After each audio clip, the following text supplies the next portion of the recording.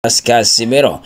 Ika nga halimaw itong ating pambato na si Alas sa bansang Pilipinas na kung saan mga idol wala nga itong inaayawan.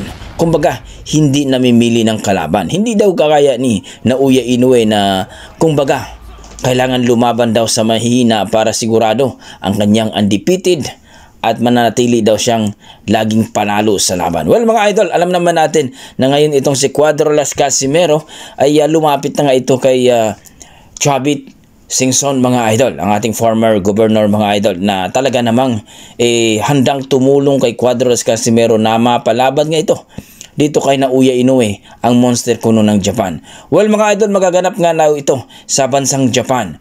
At ayon sa ating mga boxing man, paano daw makakalaban itong si Casimero ay suspendido ng 1 taon. Well mga idol, 2025 pa po ang kanyang laban. Kung suspendido si Casimero mga idol sa 1 taon,